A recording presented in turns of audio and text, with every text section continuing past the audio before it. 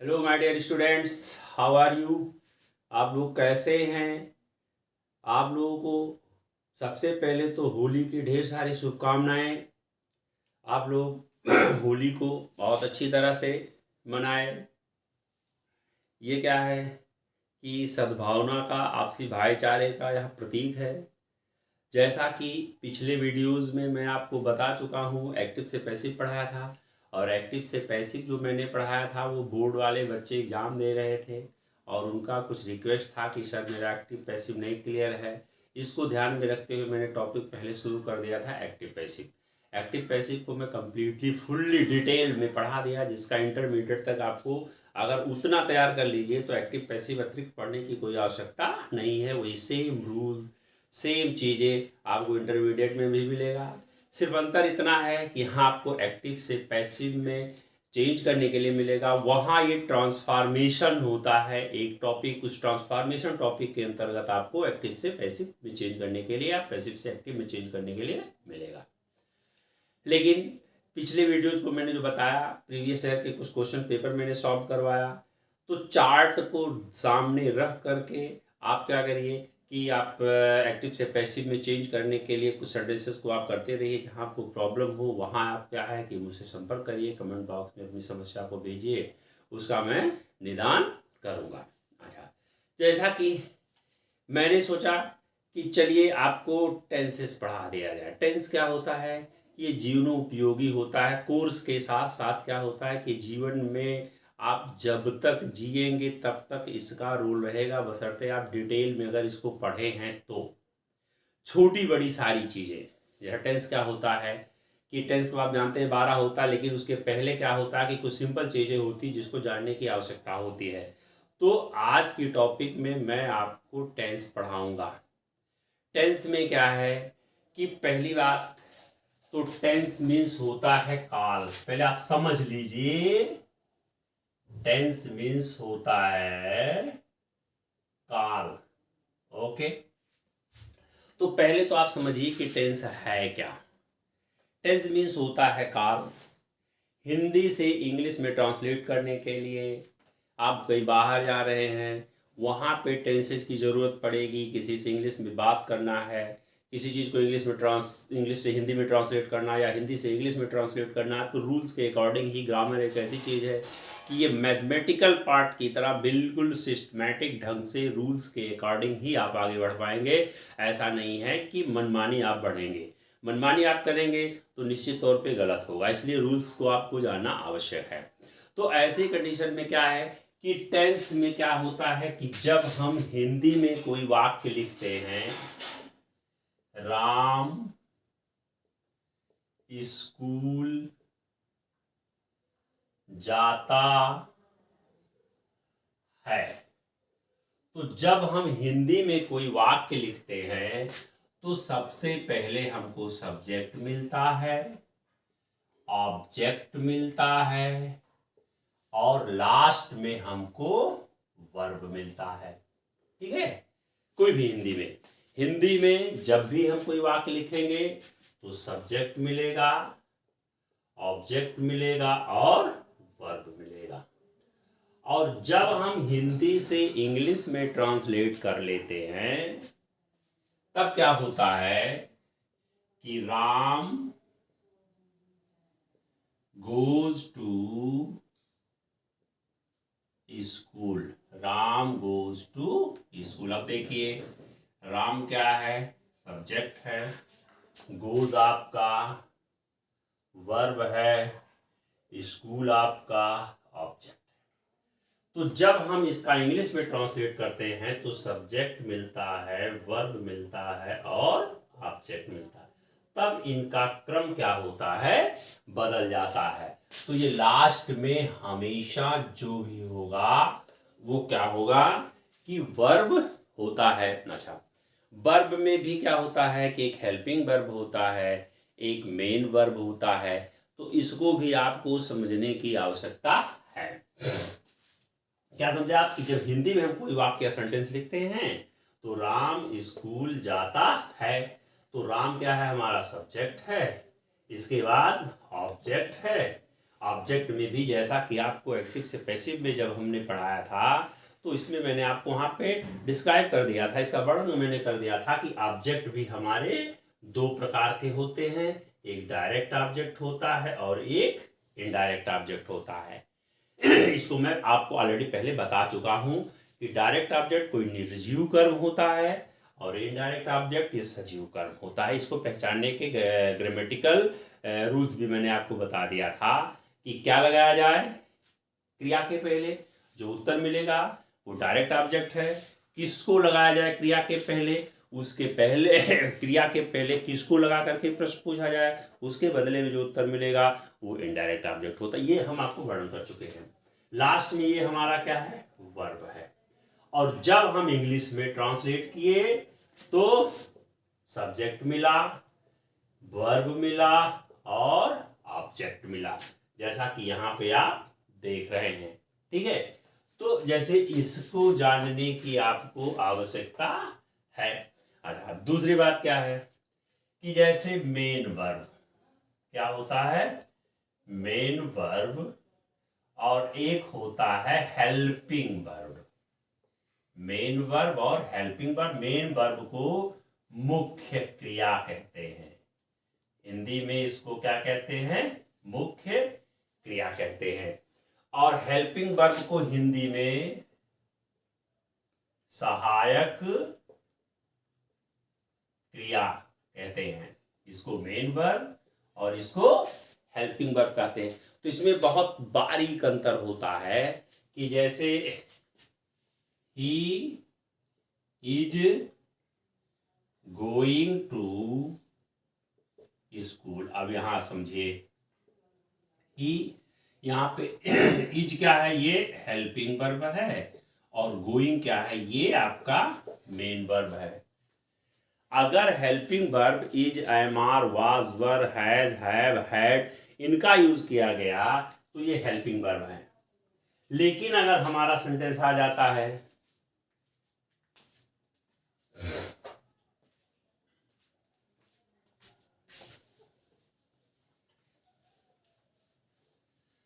मान लीजिए सेंटेंस आ गया he is a good boy. अब यहां पे आप देखिए ये गुड जो है ये हमारा एडजेक्टिव है, ये बॉय क्या है, कैसा लड़का है, अच्छा लड़का है। तो गुड यहाँ पे क्या है, ये एडजेक्टिव है। तो अगर is, am are, was, were helping verb जो है अकेले होता है तब इसको हम मेन वर्ब मानते हैं। ये तो एडजेक्टिव है, ये वर्ब है ही नहीं। और अगर ये किसी मुख्य क्रिया के साथ जुड़ा है जैसे, तब ये क्या है, तब ये साइड हीरो हो गए, ये हेल्पिंग वर्ब हो गया और मेन वर्ब ये हो गया। या जैसे ही रीड्स, ही रीड्स, तो ये आपका क्या है, ये मेन वर्ब है। यू आर ए टीचर, तुम एक अध्यापक हो। अब देखिए आर यहाँ पे क्या है, अगर ये अकेले है तो ये मेन वर्ब हो गया, और अगर इस तरह से है is, am are, was, were, has, have, had, तो ये हेल्पिंग वर्ब हो जाएगा और ये मेन वर्ब हो जाएगा। तो टेंसेस को बनाने के लिए इसको समझने की आवश्यकता है। अच्छा, दूसरी बात, टेंस क्या है, टेंस हमारे जो होते हैं मुख्य रूप से तीन होते हैं। टेंस क्या होते हैं, हमारे तीन होते हैं। कौन कौन से, एक हो जाता है प्रेजेंट टेंस, एक होता है पास्ट टेंस, और एक होता है फ्यूचर टेंस। मेरे बाबा जी अकेले थे, जनसंख्या की वृद्धि हुई, तो जब जनसंख्या की वृद्धि हुई तो मेरे पिताजी, मेरे चाचा जी, मेरे चाचा जी, जनसंख्या यहां पर बढ़ गई, जैसे कि जनसंख्या का ग्रोथ हो रहा है।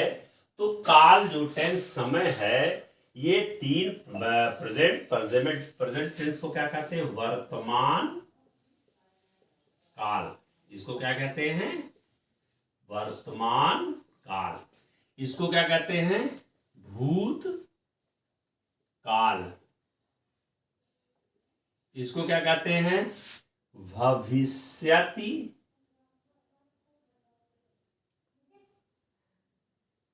काल। जो चल रहा है, जो चल रहा है वो क्या है?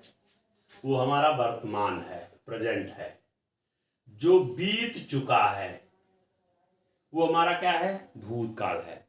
और जो हमारा आने वाला है वो हमारा क्या है? भविष्य काल है। जैसे वर्तमान क्या है कि हम 9th में पढ़ रहे हैं, ये वर्तमान काल हो गया। हम 7th में पढ़ते थे, ये हमारा क्या हो गया? भूतकाल हो गया, बीता हुआ हो गया। हम आने वाले दिनों में इंजीनियर बनेंगे, डॉक्टर बनेंगे, व्यवसायी बनेंगे, नेता बनेंगे, अभिनेता बनेंगे, ये हमारा क्या हो जाएगा? ये हमारा भविष्यति काल हो जाएगा। ठीक है, तो टेंसेस जो हमारे हैं ये 3 हैं। फिर एक एक टेंसेस के फिर 4 होते हैं।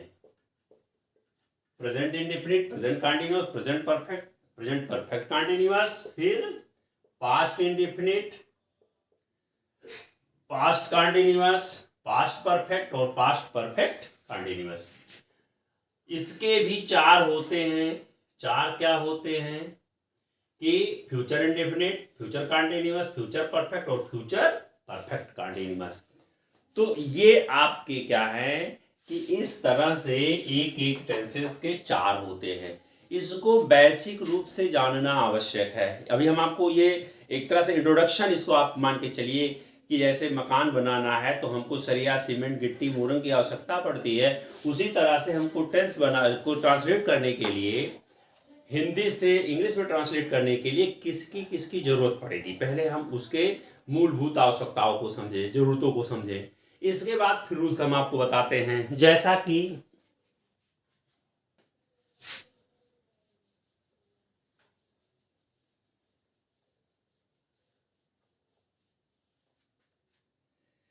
अच्छा, ट्रांसलेट क्या करेंगे? सेंटेंस। सेंटेंस मीन्स वाक्य। सेंटेंस क्या है? सेंटेंस मीन्स वाक्य। वाक्य भी हमारे क्या प्रकार के होते हैं? जो टेंसेस में यूज होते हैं। वैसे वाक्य तो हमारे 5 प्रकार के होते हैं। असर्टिव होता है, असर्टिव में 2 होते हैं, अफर्मेटिव और निगेटिव। इंट्रोगेटिव, इसके बाद ऑपरेटिव, एक्सक्लामेटरी, इंपरेटिव, ये हमारे सेंटेंसेस हैं। लेकिन जो टेंस में यूज होगा वो अफर्मेटिव यूज होता है। इसमें क्या होता है? अफर्मेटिव, साधारण वाक्य जिसको कहते हैं, साधारण वाक्य। एक निगेटिव होता है जिसको निषेधात्मक वाक्य कहते हैं। निषेधात्मक वाक्य कहते हैं। फिर इंट्रोगेटिव होता है। इंट्रोगेटिव, इसको प्रश्नवाचक वाक्य कहते हैं। और एक होता है interrogative negative.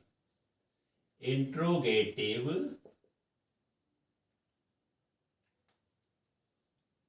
Negative, interrogative negative. प्रश्नवाचक निषेधात्मक वाक्य, इसको हिंदी में कहते हैं प्रश्नवाचक नकारात्मक या निषेधात्मक वाक्य कहते हैं। और एक होता है क्वेश्चन वर्ड। क्वेश्चन वर्ड, प्रश्न सूचक शब्द। इनकी जरूरत हमको टेंसेस में पड़ती है। जैसे क्या है? वह एक अच्छा लड़का है, अफर्मेटिव हो गया, इससे साधारण कथन का बोध हो रहा है। वह एक अच्छा लड़का नहीं है, इससे निगेटिव का बोध हो रहा है। क्या वह एक अच्छा लड़का है? इसमें क्वेश्चन पूछा जा रहा, प्रश्न पूछा जा रहा है, इंट्रोगेटिव हो गया। क्या वह एक अच्छा लड़का नहीं है? ये इंट्रोगेटिव निगेटिव हो गया। और यह वह कैसे एक अच्छा लड़का है, वह क्यों एक अच्छा लड़का है, इसमें क्वेश्चन वर्ड का यूज हो जा रहा है। तो ये हमारा क्वेश्चन वर्ड में आता, इतने की ही हमको इसमें आवश्यकता है। ठीक है, तो जैसा कि अभी तो हम टेंसेस का आपको इंट्रोडक्शन बताए हैं, फिर इसमें हम एक एक छोटे छोटे टॉपिक बताते चलेंगे, इसलिए इसकी आवश्यकता आपको होल लाइफ पड़ेगी, जीवन के हर एंगल पे पड़ेगी। इसलिए इसको आप क्या है कि जो भी बताया जा रहा है उसको आप सुन डालिए, देख लीजिए, जहाँ समस्या हो वहाँ आप बताइए। तो इंट्रोडक्शन है, फिर हम आपको अगले वीडियोज़ में, नेक्स्ट वीडियोज़ में क्या है कि इज एम आर से शुरू करेंगे, छोटी छोटी सहायक क्रियाओं से शुरू करेंगे, फिर वाज वर से शुरू करेंगे, हैज हैव से शुरू करेंगे, आप फिर हैज हैव हैड से शुरू करेंगे। तो ऐसे छोटे छोटे टॉपिक्स, फिर देयर का प्रयोग कहाँ किया जाता है, इट का प्रयोग कहाँ किया जाता है, ये छोटे छोटे टॉपिक्स हम आपको बता करके और तब सिस्टमेटिक ढंग से आगे बढ़ेंगे, और फिर तब मेन टेंसेस पे आपको ले आएंगे कि प्रेजेंट इंडेफिनिट क्या है, पास्ट इंडेफिनिट क्या है, फ्यूचर इंडेफिनिट क्या है, इसके क्या रूल्स होते हैं। तो ये अगले वीडियोज में हम आपको बताते हैं। धन्यवाद।